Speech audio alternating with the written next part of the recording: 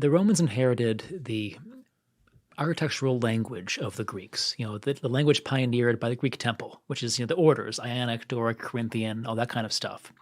But they added to it a new material, which is concrete, and a new sense of how to use interiors. So like the Pantheon, that huge rotunda when you first walk in, that's a very Roman space. The Roman baths with their gargantuan vaults are also typically Roman. Interiors, sweeping massive interiors are a Roman invention in Western architecture. And they're made possible by this material, Roman concrete.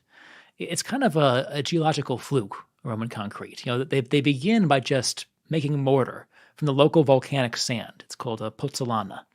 And this stuff, for various chemical reasons, happens to make very, very strong mortar, much stronger than traditional lime mortar.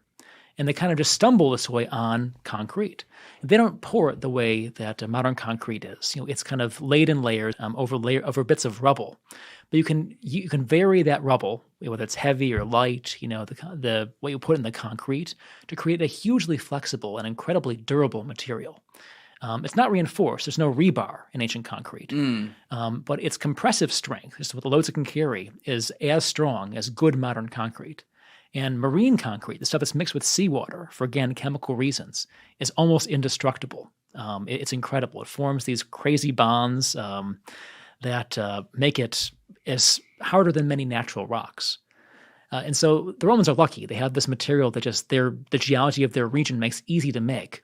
But they use it in very innovative ways, by making things like the Pantheon, this enormous void, this rotunda, crowned by a dome, the largest unreinforced dome ever built, never been excelled. The baths that again have these soaring vaults. Yeah.